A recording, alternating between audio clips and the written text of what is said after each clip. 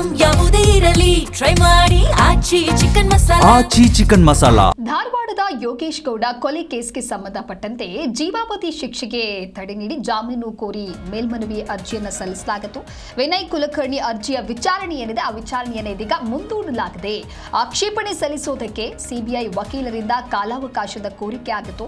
May 26ಕ್ಕೆ ವಿಚಾರಣೆಯನ್ನ high court ಪೀಠ ಮುಂದೂಡಿತು. ಈಗ ಚನ್ನಕೇಶವ ಟೆಂಗರಿಕರ್ ಬೇಲ್ ಅರ್ಜಿಯೂ ಕೂಡ ಮುಂದೂಡಿಕೆ ಆಗದೆ ಮೇ 14ಕ್ಕೆ ಜಾಮೀನು ಅರ್ಜಿಯನ್ನು ಹೈಕೋರ್ಟ್ ಮುಂದೂಡಲಾಗಿದೆ ಅನ್ನುವಂತಹ ಮಾಹಿತಿ ಲಭ್ಯವಾಗ್ತಾ ಇದೆ. ಧಾರವಾಡದ ಯೋಗೇಶ್ ಗೌಡ ಕೊಲೆ ಕೇಸ್ಗೆ ಸಂಬಂಧಪಟ್ಟಂತೆ ಜಾಮೀನು ಕೋರಿ ಮೇಲ್ಮನವಿ ಅರ್ಜಿಯನ್ನು ಸಲ್ಲಿಸಲಾಗಿತ್ತು.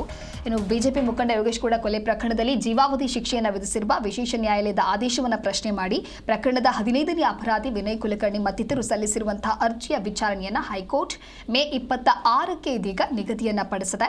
ಅರ್ಜಿಯ ವಿಚಾರಣೆಯನ್ನು ನಡೆಸಿದ ನ್ಯಾಯಮೂರ್ತಿ ಸಚಿನ್ ಶಂಕರ್ ಮಗದಂ ಮತ್ತು ನ್ಯಾಯಮೂರ್ತಿ ರಾಜೇಶ್ ರೈ ಕೆ ಅವರಿದ್ದ ವಿಭಾಗೀಯ ಪೀಠ ವಿಚಾರಣೆಯನ್ನ ಮುಂದೂಡಿದೆ. ಅರ್ಜಿಯ ವಿಚಾರಣೆ ಆರಂಭವಾಗ್ತಾ ಇದ್ದಂತೆ ಸಿಬಿಐ ಪರ ವಕೀಲರು ಅರ್ಜಿಗೆ ಸಂಬಂಧಪಟ್ಟಂತೆ ಆಕ್ಷೇಪಣೆ ಸಲ್ಲಿಸಬೇಕಾಗಿದ್ದು ಮತ್ತಷ್ಟು ಕಾಲಾವಕಾಶವನ್ನು ನೀಡಬೇಕು ಅಂತ ಹೇಳಿ ಕೋರಿದ್ರು. ಈ ಮನವಿಯನ್ನು ಪುರಸ್ಕರಿಸಿದಂತಹ ನ್ಯಾಯಪೀಠ ವಿಚಾರಣೆಯನ್ನ ಮುಂದೂಡಿತು.